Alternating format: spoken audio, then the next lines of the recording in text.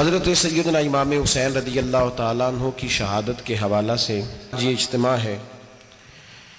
امت مسلمہ کچھ آزمائشوں کا شکار ہے، کچھ ہمارے ذہن اس طرح کے ہو گئے، عام آدمی سے لے کر بڑے آدمی تک کہ کوئی بات بڑی جلدی ہمارا ذہن قبول ہی نہیں کرتا۔ کسی دوسرے کی طرف جانا یا کوئی اور بات کرنا یہ تو بڑی لمبی بات ہے، عام جو سادی باتیں ہیں وہ بھی ہمارے ذہن مشکل سے قبول کرتے ہیں، چونکہ شکوک اتنے ڈال دیے گئے ہیں، شک اتنا پیدا کر دیا گیا ہے، تفریق اتنی ہے، بدگمانی اتنی ہے، بری سوچ اتنی زیادہ ہے، بڑی مشکل ہے لوگوں کا کچھ چیزوں کو قبول کرنا۔ ہم لوگ جو ڈیوٹی کرتے رہتے ہیں تھوڑی تھوڑی، تو ہم اصل میں اذان دیتے ہیں، صرف اذان دیتے ہیں کہ چلو بتا دے لوگوں کو کہ نماز کا وقت ہو گیا ہے، باقی اس سے زیادہ ہم اپنی حیثیت نہیں سمجھتے۔ اذان دینا ذمہ داری ہے، تو اللہ تعالیٰ جب تک موقع دے گا اذان ہوتی رہے گی۔ کچھ لوگ صحابہ کے بارے میں کمزور جملے بولتے ہیں، غلط باتیں کرتے ہیں، کچھ اہل بیت نبوت کے بارے میں غلط باتیں کرتے ہیں، یہ صرف سنی ہے جو حق چار یار کا نعرہ بھی کھل کے لگاتا ہے اور یہ نعرہ حیدری یا علی بھی کھل کے لگاتا ہے۔ یہ اللہ نے صرف ہمیں مقام، وہ الگ بات ہے کہ ہم لوگ سننے کو تیار نہیں، سمجھنے کو تیار نہیں کہ اللہ نے ہمیں مرتبہ کتنا عطا فرمایا ہے۔ یہ صرف ہماری امام حسین کی شہادت کا کچھ تھوڑا سا پس منظر۔ شہادت ہمارے ہاں بیان ہوتی ہے اس انداز میں کہ لگتا ہے کہ کسی مظلوم بندے کو کسی نے پکڑا ہوا تھا تو وہ سارے اسے مار رہے تھے اور وہ منتیں کر رہا تھا کہ مجھے نہ مارو، اتنی ہائے ہائے کی جاتی ہے کہ محسوس ہوتا ہے کہ امام علی مقام بڑے پریشان تھے کہ کسی طریقے سے، اور ان کا خاندان بڑا تکلیف میں تھا کہ جلدی کہیں کربلا سے نکل جائیں۔ حالانکہ اس دھرتی پہ، اس کائنات پہ صبر، شجاعت، استقامت اور حوصلہ جس سے کائنات سیکھے گی وہ صرف امام حسین ہی ہے۔ اتنے بڑے صابر آدمی کے بارے میں اس طرح کا رویہ اختیار کرنا کہ وہ تو گویا اس طرح کر رہے تھے کہ بس کسی طریقے سے میری تو یہ امام حسین کی مظلومیت سنا کے لوگوں کو اس طرح کا کر دیا جاتا ہے، یہ انداز بتایا جاتا ہے کہ شاید واقعہ کربلا رونے دھونے کا نام ہے، حالانکہ بات یہ نہیں ہے۔ یزید کی لشکر جو امام حسین کے مقابلے میں آیا، امام حسین کے لشکر کی تعداد 72 تھی، تو یزید نے 22,000 آدمی، مجھے بتائیے 72 کا 22,000 سے کو مقابلہ ہوتا ہے؟ بولیے۔ عمر بن سعد نے پھر عبید اللہ ابن زیاد کو لکھا کہ 22,000 بندے تھوڑے ہیں، کچھ بندے زیادہ بھیج۔ تو عمر بن سعد کو عبید اللہ ابن زیاد کہنے لگے کہ تو پاگل تو نہیں ہو گیا، 72 کے لشکر کا 22,000 بھیجا، اور کتنا بھیجوں؟ تو اس نے کہا تمہیں یہ نہیں پتا یہ لوگ کون ہیں؟ یہ مولا علی شیر خدا کی اولاد ہے، ان میں ایک ایک شخص ایسا ہے جو 1,000 کے مقابلے میں لڑنا جانتا ہے۔ تو یہاں کمزوری دکھائی جاتی ہے، ہمارے بچے سمجھنے لگے ہیں کہ یہ شاید کوئی ایسی داستان ہے، اور اس طرح کا ماحول ٹی وی پہ میں دیکھ رہا تھا، اس طرح کا ماحول بنایا جاتا ہے جیسے کوئی خوف ہے، یعنی واقع کربلا کوئی ایسا واقعہ جسے دیکھ کے خوف طاری ہو جائے، بچے راتوں کو ڈریں، وہ اکیلے درخت دکھائے جا رہے ہیں اور تیر دکھائے جا رہے ہیں۔ او یار کیا قوم کی تربیت کر رہے ہیں؟ واقع کربلا حوصلے کا نام ہے، دلیری کا نام ہے۔ سنیں بات اصل میں کیا تھی، بڑے ٹھنڈے دماغ سے میری بات کو سمجھیے گا۔ حضرت مولا علی شیر خدا کے بعد مسلمانوں کے متفقہ امیر بنے تھے حضرت امیر معاویہ۔ انہیں امیر کس نے بنایا تھا؟ امام حسن نے، حضرت علی کے بڑے صاحبزادے۔ حضرت امام حسن نے ان سے صلح کی، انہیں خلافت دی، اور صحیح بخاری میں نبی پاک نے فرمایا تھا میرا بیٹا حسن سردار ہے، جب مسلمانوں کی جماعتوں میں لہو بہہ جائے گا تو حسن ان کی صلح کرا دے گا۔ وہ صلح امام حسن نے کرائی، جناب امیر معاویہ امیر بن گئے۔ حضرت امیر معاویہ رضی اللہ تعالیٰ عنہ بڑا پیار کرتے تھے نبی پاک سے، بڑا احترام کرتے تھے حضور کے خاندان کا۔ ان کی جو اجتہادی خطائیں ہیں وہ اپنی جگہ پہ موجود ہیں، چونکہ امام حسن نے ان سے صلح کر لی، لہذا ہم بھی ان کے بارے میں کوئی جملہ کہنے کے مجاز، ہماری مجبوری امام حسن ہے، اس لیے کہ جسے امام حسن صحیح کہے پھر امام حسن کے ماننے والے کو اسے غلط نہیں کہنا چاہیے۔ حضرت امیر معاویہ رضی اللہ تعالیٰ عنہ کا جب وصال ہوا تو حضرت امام حسن پہلے ہی ان سے وصال کر گئے، آپ کو زہر دے دیا کہ آپ شہید ہو گئے۔ امام حسین موجود تھے تو یزید کے بارے میں لوگوں نے کہا جناب امیر معاویہ سے کہ یہ ٹھیک ہے، مناسب ہے، اور بہادر ہے، دلیر ہے. وہ جو ہوتے ہیں نا خوش آمدی ٹولہ، ہمارے ملک میں جو اچھی خوشامد کرے اسے اچھی وزارت ملتی ہے، اچھی وزارت اسے دیتے ہیں. جو ذرا صحیح بدتمیز بھی ہو اور صحیح وکالت کرنے والا اسے وزارت صحیح دیتے ہیں. تو حضرت امیر معاویہ کے گرد بھی کچھ ایسے لوگ تھے، انہوں نے آپ سے کہا کہ یزید کو نامزد کر دیں. تو آپ نے یزید کو بلایا، حوالہ مجھ سے دیکھ لیجئے گا، بلا کے فرمایا کہ 3 بندوں کے سامنے اپنی خلافت پیش کرنا، اگر وہ تجھے مان جائیں تو امیر بن جانا، نہ مانے تو چپ کر کے گھر بیٹھ جانا. وہ 3 بندے کون ہیں؟ جناب عبداللہ ابن عباس، حضرت عبداللہ بن زبیر اور امام حسین رضی اللہ تعالیٰ عنہ. یہ وصیت فرمائی جناب امیر معاویہ. ہوا یہ کہ یزید جب امیر بنا نا،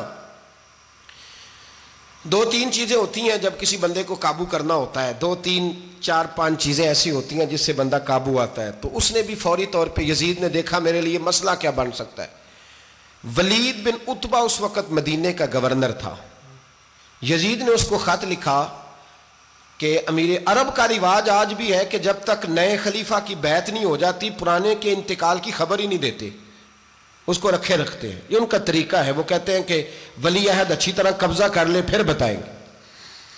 حضرت امیر معاویہ کا وصال ہو گیا، بتایا نہیں. یزید نے اب کیا کیا، چونکہ بڑا چلاک آدمی تھا، بڑا شاطر تھا، بڑا تیز تھا، بڑا عجیب اس کا مزاج تھا.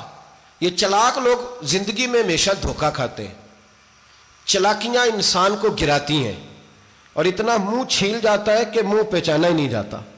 بندہ اپنے آپ کو رب رسول کے حوالے کر دے تو اللہ بڑی بہترین جزائیں عطا کرتا ہے.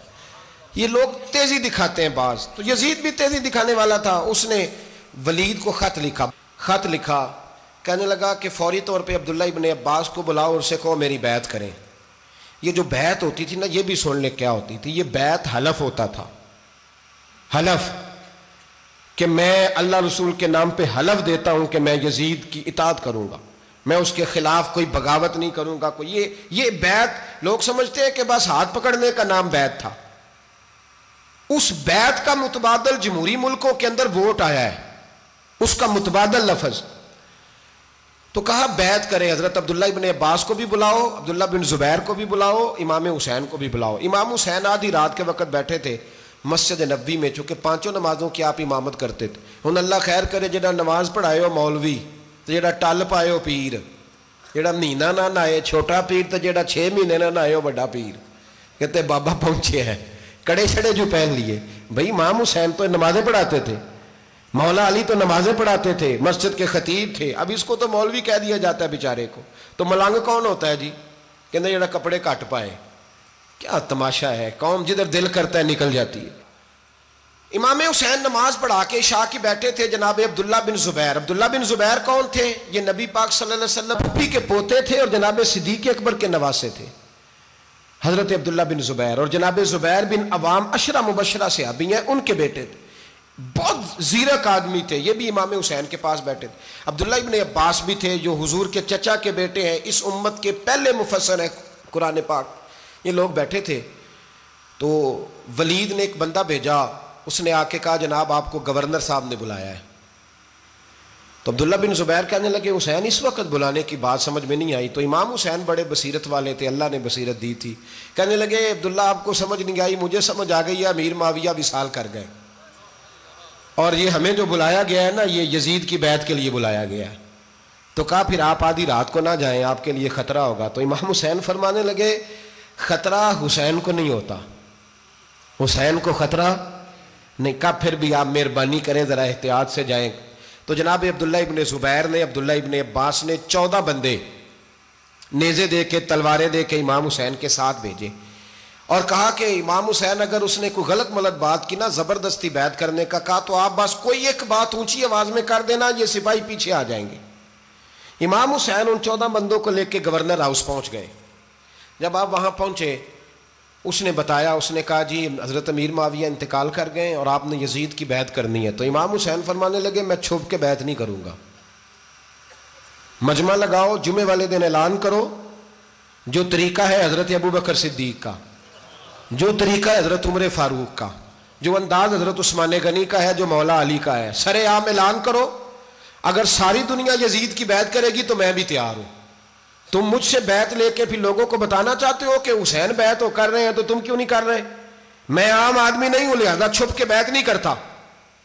جب یہ بات کی نا تو ولید بڑا نرم دل تھا اور امام حسین کی شان کو جانتا تھا.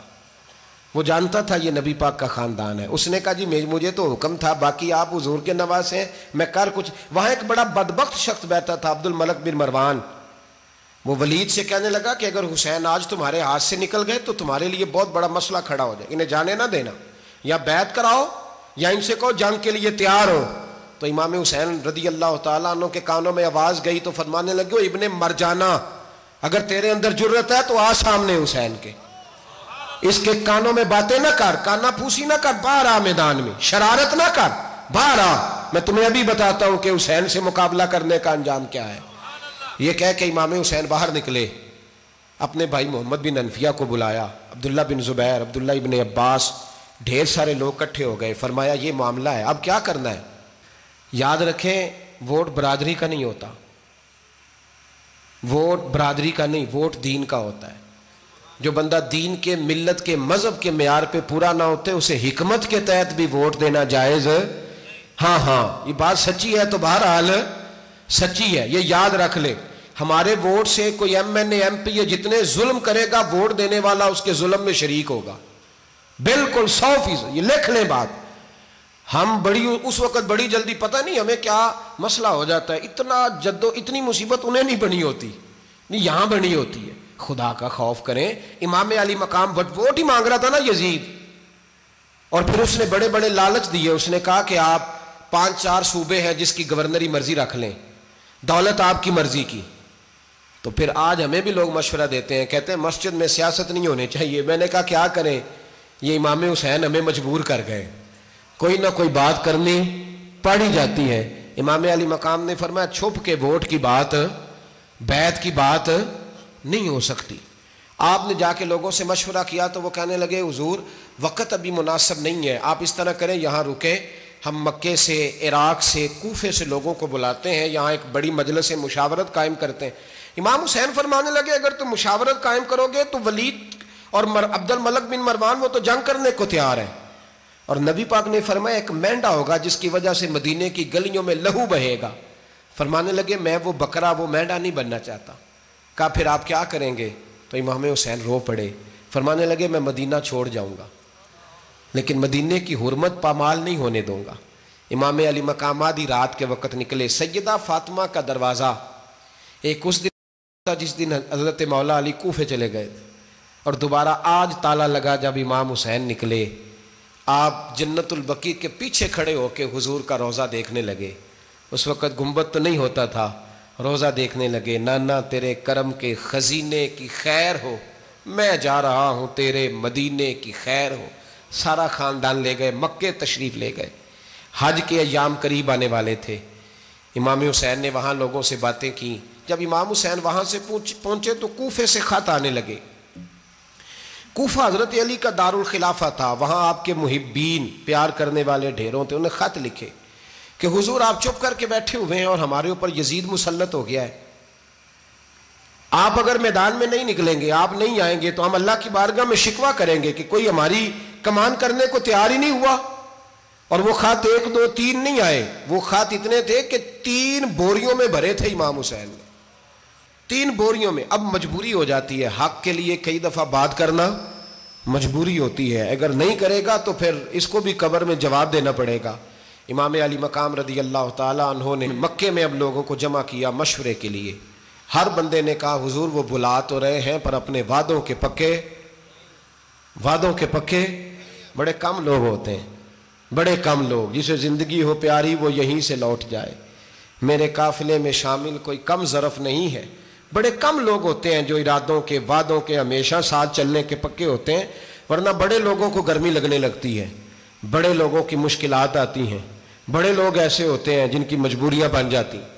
کہا حضور وہ پکے نہیں، آپ نہ جائیں. ہر بندے نے کہا حالات ٹھیک نہیں، حالات گراؤنڈ ریالٹی صحیح نہیں. یہی مشورہ آج بھی ہر بندہ دیتا ہے، ابھی حالات نہیں. اتنے خراب حالات کبھی نہیں ہوئے تھے جتنے امام حسین کے دور میں تھے. لیکن فرمایا میں دین کے خلاف غلط حکمران کو مسلط ہونے کی اجازت غلط حکمران کو مسلط ہونے کی اجازت مزاحمت کروں گا، مخالفت کروں گا۔ امام کہنے لگے کوئی بات نہیں، وہ میرے ساتھ چلے نہ چلے لیکن میں کوفے جاؤں گا، وہ لوگ میرے ساتھ کھڑا ہونے کو تیار ہے تو وہ جھوٹ ہے یا سچ ہے پر میں چلوں گا۔ جب امام علی مقام نے اصرار فرمایا تو جو آپ کے قریبی صحابہ کرام کی اولادیں تھی ساری، یہ بھی اب بیماری ہے، کچھ لوگ کہتے ہیں جی صحابہ نہیں ساتھ چلے، تو میں کہتا ہوں اہل بیت نبوت کے تو کل افراد 21 تھے، تو 72 میں باقی اولادیں کس کی تھی؟ وہ ساری صحابہ کی اولادیں تھیں، وہ سارے، پتہ نہیں کیوں اس طرح کا فلسفہ بیان کیا جاتا ہے جس میں حالات خراب ہو۔ حضرت سیدنا امام علی مقام کو جب بہت زیادہ کہا گیا نا تو امام حسین رضی اللہ تعالیٰ انہوں نے فرمایا چلو میں ایک کام کرتا ہوں، مسلم بن عقیل کو بھیجتا ہوں، حضرت علی کے بھتیجے ہیں، امام حسین رضی اللہ تعالیٰ عنہ کے چچا کے بیٹے ہیں، حضرت عقیل کے صاحبزادے مسلم بن عقیل بڑے سمجھدار آدمی تھے، معاملہ فہم تھے، بڑے جری تھے، اتنا زبردست مشورہ کم لوگ دیتے ہیں جتنا حضرت مسلم بن عقیل دیتے تھے۔ ان کو بھیجا گیا کوفے۔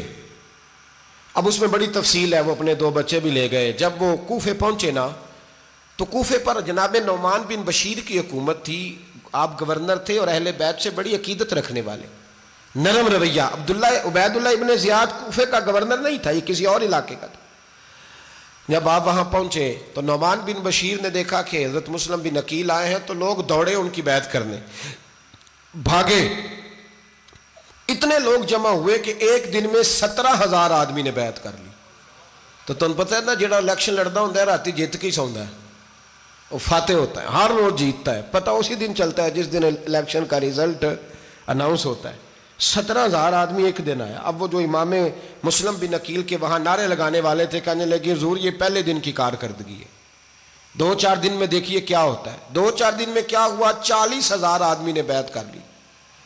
اب وہ 40,000 بندہ تیار ہو گیا۔ ادھر سے جو یزید کے وفادار تھے انہوں نے خط لکھا یزید کو کہ تو نے بڑا نرم آدمی گورنر بنایا ہے اور 40,000 بندہ چلا گیا حسین کی طرف، اگر ایک دن مسلم بن عقیل اور رہے تو جو تمہارا گورنر بیٹھے ہیں نا جناب نعمان بن بشیر، ان کو گورنر ہاؤس سے نکال کے مسلم بن عقیل قبضہ کر لیں گے، تو چپ کر کے بیٹھا ہے۔ یزید بڑا تیز تھا، اس نے ایک آدمی گھوڑے پہ دوڑایا۔ عبید اللہ ابن زیاد ایک اور علاقے کا گورنر تھا پر بڑا ظالم سا بدماش تھا، بڑا سخت گیر آدمی تھا۔ اس کو کہا کہ تو پہلے ایک صوبے کا گورنر ہے، جا تجھے دوسرا صوبہ بھی دیا۔ اس طرح کار فوری طور پہ کوفے پہنچ اور جا کے مسلم بن عقیل کو گرفتار کر، جو آدمی ان کا ساتھ پھر بھی دے اسے قتل کر دے۔ اس نے کیا کیا؟ وہ آدھی رات کو آیا، منہ چھپایا، جبہ پہنا، لوگ سمجھے امام حسین آ گئے۔ بہت سارے لوگوں نے اس کے نعرے بھی لگائے۔ وہ چپکے سے داخل ہوا اندر، اور چپکے سے داخل ہو کے اس نے سب سے پہلا کام یہ کیا کہ نعمان بن بشیر رضی اللہ عنہ کو معزول کیا، کوفے کے گورنر ہاؤس پہ قبضہ کیا۔ پھر اس نے اسی وقت سوئے ہوئے سرکردہ لوگ، جس طرح ایک گاؤں کا چودھری دوسرے کا محلے میں قبیلوں کے جو لوگ تھے چودھریوں کو بلایا، کچھ کو سزائیں دیں، کچھ کو سخت کہا، کچھ کو ان کے عیب گنوائے کہ وہ تمہارا فلانا مسئلہ پھر خراب کر دوں گا، بلیک میل کیا۔ صبح ہونے تک حالات اگر تم نے میرے قابو میں نہ کیے تو یاد رکھنا بڑا مشکل ہوتا ہے حق پہ کھڑا ہونا، بڑی چیزیں لوگوں کو یاد آتی ہیں، اللہ جانتا ہے۔ پہلے کچھ ہوتا ہے، بعد میں معاملہ کچھ ہوتا ہے۔ حضرت مسلم بن عقیل کے ساتھ جس دن عبید اللہ ابن زیاد آیا 40,000 کا لشکر تھا۔ اگلے دن صبح ہوئی، اگلے دن تو یہ حال ہو گیا کہ آپ جب کوفے کی جامع مسجد میں ظہر کی نماز کے لیے گئے تو 5-7 ہزار آدمی نماز پڑھنے آیا، اور جب مغرب کا وقت آیا تو لوگوں نے چند ہزار لوگ رہ گئے، نماز کی نیت باندھی۔ ایک مسئلہ بھی سمجھ میں آئے گا، لوگوں نے نماز کی نیت باندھی تو حضرت مسلم بن عقیل امامت کر رہے ہیں، ہاتھ باندھے ہوئے ہیں، تو بہت سارے لوگوں نے پیچھے ہاتھ چھوڑ دیے۔ ایک بندے نے دوسرے سے پوچھا وہ ہاتھ کیوں نہیں باندھتے؟ کہنے لگے اگر عبید اللہ ابن زیاد کے کسی بندے نے دیکھ لیا نا تو ہم اسے کہیں گے ہم تو نماز پڑھ ہی نہیں رہے تھے، ویسے ہی کھڑے تھے، ہاتھ ہی نہیں باندھے سرے سے۔ جب نماز کی امامت باندھی تو 10-11 صفیں تھیں۔ جب مسلم بن عقیل رضی اللہ تعالیٰ عنہ نے سلام پھیرا تو پیچھے بندہ ہی کوئی نہیں تھا۔ حضرت مسلم بن عقیل کو گرفتار کیا گیا۔ عرب کا رواج تھا دشمن کو سخت سزا دیں تاکہ باعث عبرت بنے۔ بہت اونچا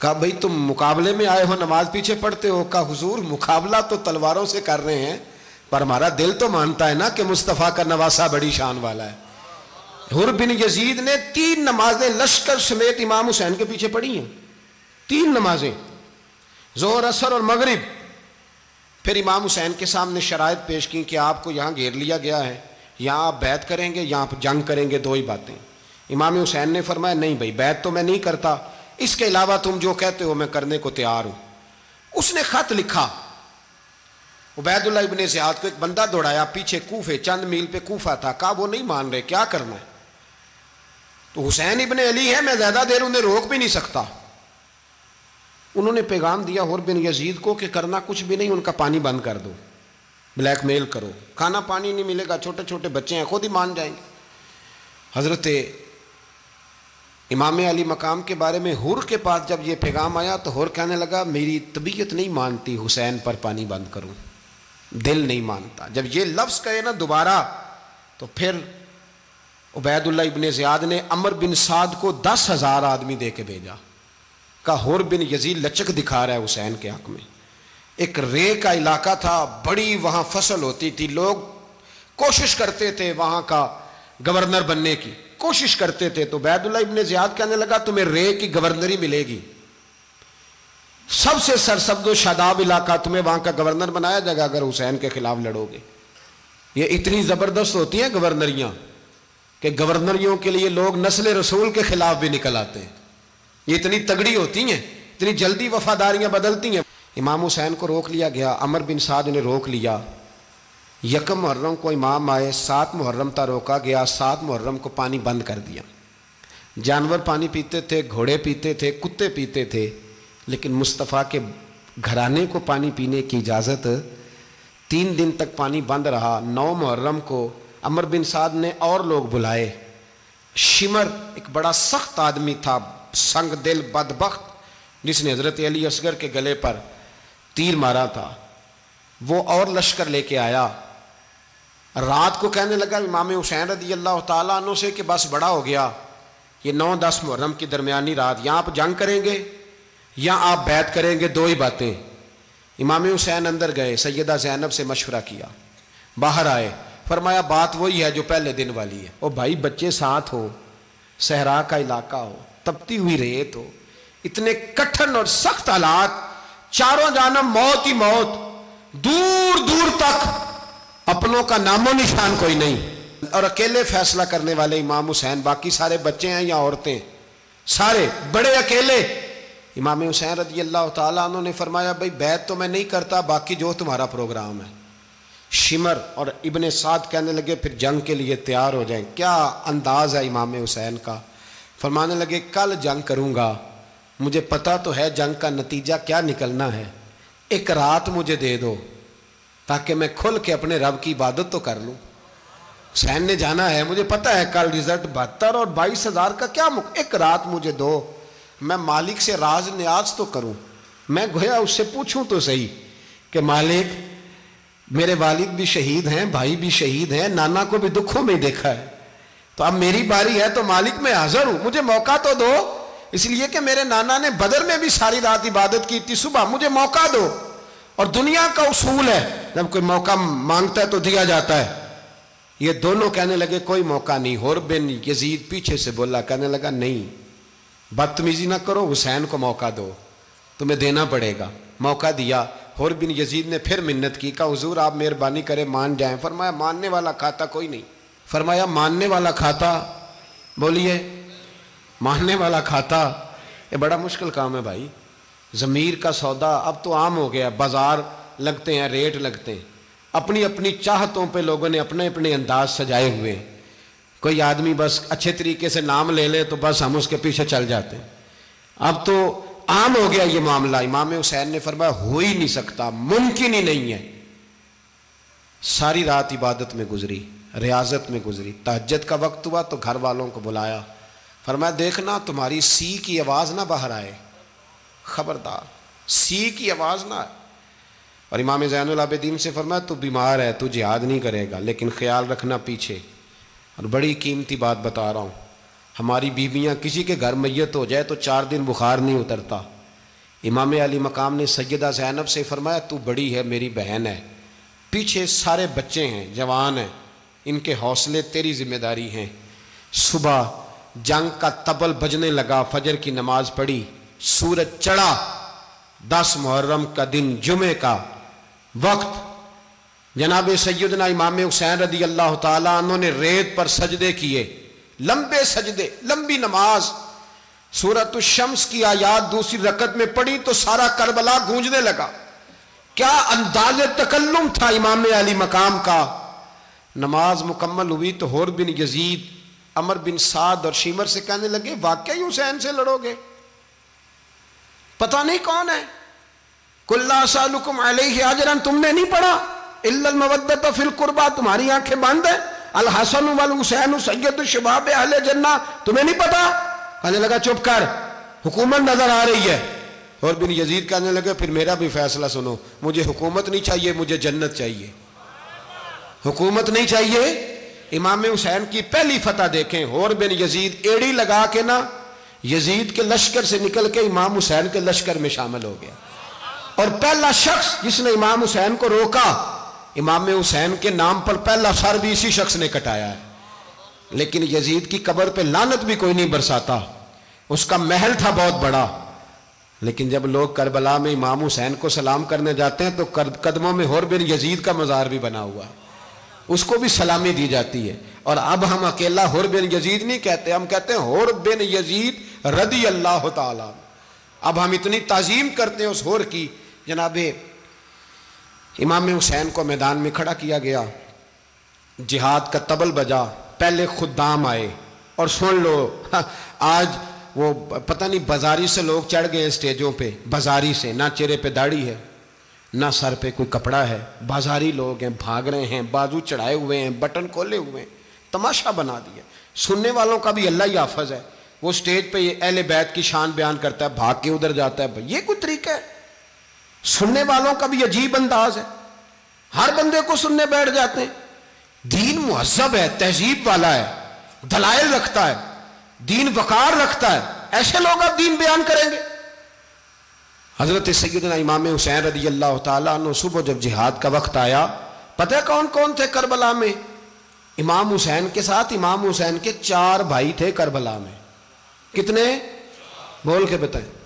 حضرت علی کے 4 بیٹے، عباس بن علی، جن کو حضرت عباس کہا جاتا ہے نا، علمدار، یہ حضرت علی کی دوسری زوجہ میں سے عباس بن علی بھی تھے، اور ابو بکر بن علی بھی تھے، عمر بن علی بھی تھے، عثمان بن، یہ حضرت علی کے بچوں کے نام ہیں۔ یہ آپ کے شہزادے امام حسین کے ساتھ شہید ہوئے، ان کا نام صرف اس لیے نہیں لیا جاتا کہ ان کا نام خلفائے ثلاثہ کے نام پہ، حضرت علی نے اپنے یاروں کے نام پہ رکھا ہے تو تم نے کربلا کے میدان سے خارج کر دیا۔ یہ تینوں شہزادے حضرت جناب سیدنا امام حسین کے ساتھ تھے، یہ بھی شہید ہوئے۔ حضرت جناب زینب امام حسین کی سگی بہن ہے، ان کے 2 بچے تھے، اون و محمد۔ جب امام حسین میدان میں جانے لگے تو جناب زینب بچوں سے کہنے لگی نہ، پہلے بھائی نہیں جائے گا، پہلے بھانجے جائیں گے۔ 2 بچے شہید ہوئے۔ حضرت قاسم بن حسن امام حسن کے بیٹے تھے، وہ جب میدان میں جانے لگے تو امام حسین نے کہا نہیں بھائی تو نہیں جائے گا، تو میرے بھائی کی نشانی ہے، میں جاؤں گا۔ تو حضرت قاسم بن حسن نے ایک تعویذ کھول کے دیا کہ ابا جی میرے والد نے کہا تھا جب بڑی مشکل آ جائے تو تعویذ کھول کے دیکھنا، تو آج بڑی مشکل آئی ہے تو میں نے تعویذ کھولا ہے، تو یہ دیکھیں کیا لکھا ہے، یہ تو رکا ہے، تعویذ ہے ہی نہیں۔ جب کھول کے دیکھا تو اس پہ لکھا تھا قاسم اگر حسین پہ کوئی کڑا وقت آ جائے تو بیٹا کے آگے آگے رہنا، اگر کڑا وقت میرے بھائی پہ کبھی آ جائے نا دیکھنا اس کے آگے آگے چلنا، اسے حسن کی کمی نہ محسوس ہو، پائیاں جہاں ساک نہیں کوئی جے وچ خار نہ ہوئے۔ سیدنا امام حسین پہلی دفعہ کربلا میں اس وقت روئے جب یہ رکا، آپ نے دیکھا تو فرمایا ٹھیک ہے، اگر حسن کی یہ وصیت ہے تو میں نے زندگی میں اگر ان کی ہر بات مانی ہے اب بھی مانوں گا، تمہیں اجازت ہے۔ جناب قاسم بن حسن 16 سال کا جوان جب میدان میں نکلے تو ہائے ہائے پتہ نہیں کہاں سے آ گئی ہے۔ امام قاسم بن حسن جب میدان میں نکلے تو تبری سے لے کر علامہ ابو الاسناد صاحب سب کو پڑھ کے تو دیکھو، 3 دن کی پیاس ہے، شدید آزمائش ہے، دکھ ہیں، تکلیفیں ہیں، پھر بھی پہلی دفعہ جب میدان میں گئے ہیں واپس آئے ہیں 19 لوگوں کو قتل کر کے واپس آئے ہیں۔ 19 لوگوں کو ایک بار میں حضرت ایسے ہی تماشا بنا دیا ہے۔ مظلوم تھے وہ تو رو رہے تھے، ہر مقرر یہ کہہ رہا ہے کہ وہ تو بار بار کہ ابا پانی مل جائے، پانی آ جائے، ترس گئے۔ خدا کا خوف کرو، یہ دلیر لوگ تھے، ان کی باتیں آج بھی پڑھ کے دلیری پیدا ہوتی ہے، دلیری پیدا ہوتی ہے، دلیری۔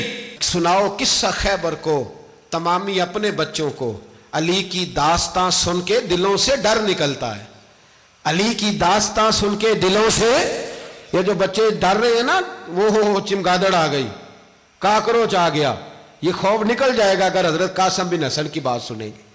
درجنوں لوگ آپ نے قتل کیے۔ ایک دفعہ آئے، کہا چاچا یزید کا لشکر تو بڑا ہی بزدل ہے، اگر چند قطرے پانی میرے حلق سے گزرے تو میں سارے کاٹ کے لے آؤں گا آپ کے پاس، چند قطرے۔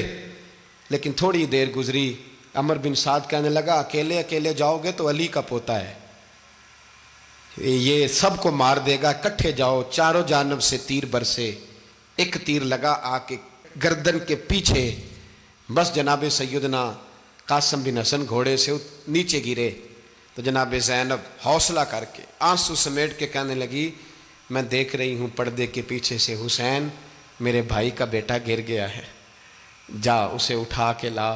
حضرت امام حسین ان کو اٹھا کے لائے تو امام حسین نے سینے سے لگایا ہوا تھا تو ان کے پیر، ان کا قد لگتا تھا امام حسین سے زیادہ ہے، اٹھا کے لایا، لٹا دیا گیا۔ امام حسین کے اپنے بڑے بیٹے میدان میں نکلنے کو، علی اکبر نام ہے، جب جن لوگوں نے حضور کو نہیں دیکھا تھا وہ جب کہتے نا ہم نے نبی پاک کا دیدار نہیں کیا تو بتاؤ کس طرح کے تھے، تو بتایا جاتا تھا کہ جناب علی اکبر کا دیدار کرو، ہم شبیہ مصطفیٰ۔ اور جب وہ گلیوں میں نکلتے تھے تو عورتیں چھتوں پہ چڑھ جاتی تھیں۔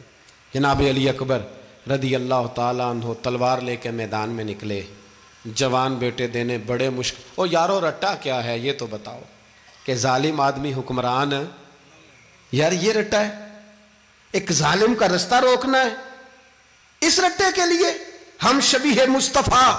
جناب سیدنا امام علی اکبر میدان میں نکلے، بڑے لوگ مارے، بڑے، پھر ایک تیر ان کے بھی گلے میں لگا، اور جب وہ گرے نا زمین پہ تو حضرت امام حسین دوڑ کے آئے، دوڑ کے، اور جب تشریف لائے تو ان کے گلے سے تیر کھینچا تو ایک جملہ لکھا ہے صاحب تبری نے، اس نے حد کر دی، کہنے لگے تیر کھینچا تو امام حسین کی آنکھوں میں آنسو آئے، کہنے لگے کاش جناب ابراہیم آج میرے سامنے ہوتے تو میں انہیں کہتا کہ آپ نے تو بیٹا ذبح کرتے وقت آنکھوں پہ پٹی باندھی تھی، دیکھو میں کھلی آنکھوں سے بچے ذبح کر رہا ہوں، کھلی آنکھوں، کاش جناب ابراہیم خلیل ہوتے تو انہیں کہتا۔ جناب علی اکبر بھی شہید ہوئے۔ حضرت علی اصغر کو تو اچانک اٹھایا تھا امام حسین، باہر نکلے تو گردن پہ تیر لگا تو 6 مہینے کا بچہ وہ بھی شہید ہوا، خون اچھالا آسمان کی طرف تو کہا مولا دیکھ لے میں نے 6 مہینے والا بھی نہیں بچایا، وہ بھی دے دیا ہے۔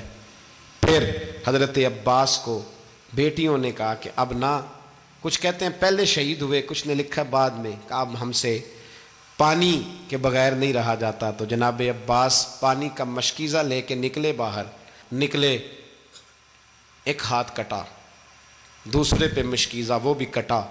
دیکھ لو میں پس منظر پہ ہوں ابھی تک، میں بتا رہا ہوں کہ جہاد کس کے خلاف تھا؟ ظالم حکمران کے خلاف، ظالم کافر کے خلاف نہیں، مشرک کے خلاف نہیں۔ حضرت امام حسین رضی اللہ تعالیٰ عنہ نے ہر جگہ ایک ہی بات کی کہ یزید شرابی ہے تو بچے کٹوا دوں گا، شرابی کو ووٹ، یہ ایک نہیں، ہر کتاب میں یہی لکھا، ہر کتاب میں، اور ہر مسلک کی کتاب۔ یزید چونکہ مجرے دیکھتا ہے، رنڈیوں کا ناچ دیکھتا ہے، بچے کٹوا دوں گا، اس کے ہاتھ میں ہاتھ۔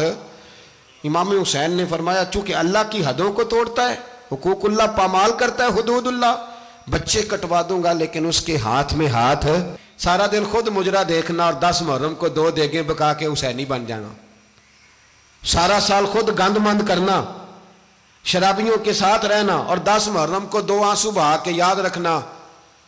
میں ہمیشہ کہتا ہوں، پھر کہہ رہا ہوں، جس کے موبائل میں گندے گانے ہیں، گند دیکھتا ہے، شرابی کبابی کا سپورٹر ہے، ووٹر ہے، یا مجرے دیکھتا ہے آتا جاتا ہے، وہ یاد رکھے قیامت میں امام حسین کا ہاتھ ہوگا، اس کا گریبان ہوگا، ہم سے نہ رقم ہوں گے قصیدے یزید کے، ہم لوگ تو حسین کے سیرت نگار۔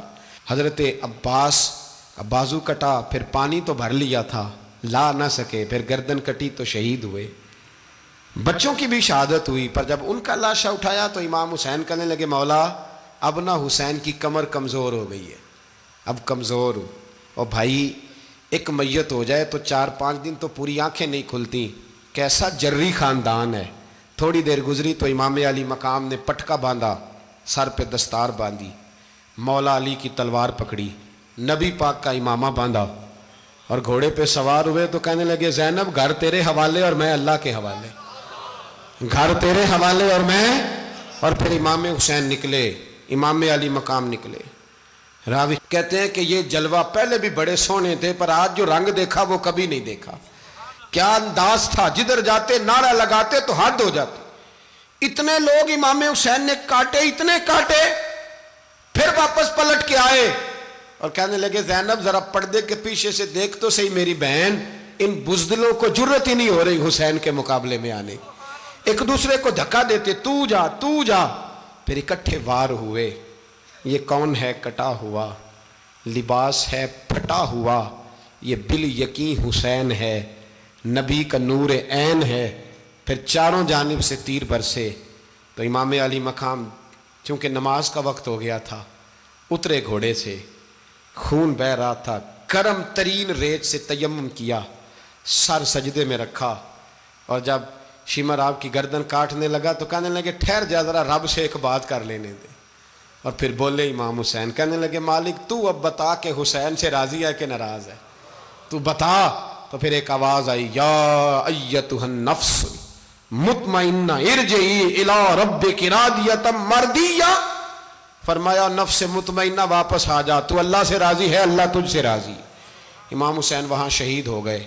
اب یہ قافلہ امام حسین کا سر کاٹ، ذرا دیکھنا غور کرنا، سر کاٹ کے نیزے پہ رکھا ہے، جسم کربلا میں پڑا ہے، عورتوں کو گھوڑوں پہ بٹھا کے لے جایا گیا یزید کے دربار میں۔ یزید پہلے عبید اللہ ابن زیاد نے بدتمیزی کی، پھر یزید نے کی۔ سعودی عرب کا ایک مولوی بول رہا تھا، سعودی عرب کا، ان سے بھی بڑا عشق ہے، جس نے تقریر سننی ہو میرے پاس ہے۔ ہمیں لوگ مشورے دیتے ہیں کہ جو یزید کو اچھا کہے اور حسین کو باغی کہے اس کو ہم امام مان لیں، اس بے شرم بے حیا کو جو نبی پاک کے گھرانے کے بارے میں بکے اسے امام۔ سعودی عرب میں مسجد نبی میں درس دینے والا جس نے تقریر سننی ہو میرے پاس ہے، وہ کہتا ہے یزید تو بڑا اچھا آدمی تھا، اس نے تو بڑی خدمت کی، تو میں نے اسے کہا رشتہ داری کر لیا یزید کے ساتھ، قریب ہو جا۔ شرم نہیں آتی؟ آج بھی نبی پاک کا دل دکھاتے ہو، حیا نہیں آتی، خیال نہیں آتا؟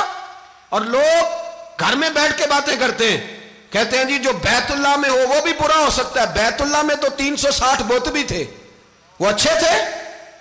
مدینے میں تو 360 منافق بھی رہے، پوری سورہ منافقون نازل ہوئی، وہ اچھے تھے۔ عجیب تماشا بنا دیا لوگوں نے مذہب کا۔ کہتا ہے یزید نے تو بڑی خدمت، تو عبید اللہ ابن زیاد نے قتل کیا۔ بے شرمو، اگر عبید اللہ ابن زیاد نے بھی قتل کیا تھا تو حکومت کس کی تھی؟ تو پھر یزید نے عبید اللہ ابن زیاد کو سزا کیوں نہیں دی، بلکہ ایک جگہ 2 گورنریاں دی اس کو، یہ حال کیا؟ بلکہ سنو کہ یزید چھڑیاں مار رہا تھا، چھڑیاں امام حسین کے لبوں پہ، تو نعمان بن بشیر صحابی تھے، بول پڑے، کہنے لگے یزید بدبخت ہاتھ پیچھے اٹھا، مجھے اللہ کی عزت کی قسم میں نے سینکڑوں بار نبی پاک کو ان ہونٹوں کو چومتے دیکھا ہے۔ حضرت جناب زینب عورتوں کے مجمع میں پیچھے ہو کے بیٹھی ہیں، یزید کے پاس جب پہنچا لشکر تو یزید کہنے لگا دیکھو اللہ نے مجھے عزت دی اور میرے مخالفوں کا کیا حال ہوا۔ تو بی بی زینب بول پڑی، اتنے صدمے سہے پر آواز توانا ہے، جاندار ہے، جاندار۔ ہمارا کسی بندے سے جائیداد کا رٹا نہیں، ہم تو چاہتے ہیں امت اکٹھی ہو جائے، لیکن جو بندہ نبی پاک کی ماں کو دوزخی کہے، حضور کے باپ کو جہنمی کہے، یزید کو امیر المومنین کہے، اس کے ساتھ اتفاق رائے کر لیا جائے، یہ مذہب ہماری سمجھ میں نہیں آتا، بالکل نہیں آتا، قطعاً نہیں ہماری سمجھ میں آتا۔ کیسے اتحاد کر لیا جائے؟ یہاں تو میرے بھائی جو ہمارے ابا کا مخالف ہو اس سے اتحاد نہیں ہوتا، اور جو نبی پاک کے والد کو دوزخی کہے اس سے اتحاد ہو جائے۔ کہتے ہیں جی وہ جی اتنی فرقہ واریت ہو گئی، ہم کس مسجد میں جائیں؟ 60 پارٹیاں پاکستان میں رجسٹرڈ ہیں جو الیکشن لڑتی ہیں، کبھی کسی بندے کو ٹینشن نہیں ہوئی کہ کس کے پاس جائیں کس کے پاس نہ جائیں۔ کبھی نہیں کو بولا کہ اب وہ بھی کھڑا ہو گیا، وہ بھی، کوئی ٹینشن نہیں۔ مذہب کی باری ٹینشن ہو جاتی ہے، اتنا بڑا مذہب ہوتا ہے بھائی، غلط بندے بھی آ ہی جاتے ہیں بیچ میں، تھوڑا پہچان کے چلنا پڑتا ہے صحیح کون ہے اور غلط۔ اور یہی تو ہمیں امام حسین نے بتایا ہے کہ مذہب کے اندر ہی تم نے شناخت کرنی ہے کہ بندہ ٹھیک کون ہے اور بندہ غلط۔ یہی تو کربلا ہے، یہی تو امام حسین نے بتایا، کفر اسلام نہیں، حق اور باطل۔ تو سمجھیے گا، حضرت سیدہ زینب نے جب سنا نا کہ یہ کہہ رہا ہے کہ مجھے اللہ نے عزت دی، تو جناب زینب بولی، نعمان بن بشیر کہتے ہیں بی بی بولی، اتنے صدمے ہیں پر جناب زینب بولی اللہ اکبر، اس انداز میں بولی کہ پہلے قرآن مجید کی آیت پڑھی، کہنے لگی وَتُعِزُّ مَن تَشَاءُ وَتُذِلُّ مَن تَشَاءُ بِيَدِكَ الْخَيْرُ إِنَّكَ عَلَىٰ كُلِّ شَيْءٍ قَدِيرٌ۔ اور پھر کہنے لگی یزید تو بکتا ہے، کہتا ہے کہ تو عزت والا ہو گیا، یہ تیری حکومت ہے، 4 دن گزرنے دے، تجھ پہ کوئی لعنت بھی نہیں برسائے گا، اور میرے بھائی کا قیامت تک ممبروں میں اور خطبوں میں ذکر ہوا کرے گا، وقت گزرنے دے۔ جب جناب بی بی زینب بول رہی تھی تو حضور کے ایک نابینا صحابی پاس بیٹھے تھے، جناب نعمان بن بشیر کا ہاتھ ہلایا، ہلا کے کہنے لگے کیا علی آ گئے؟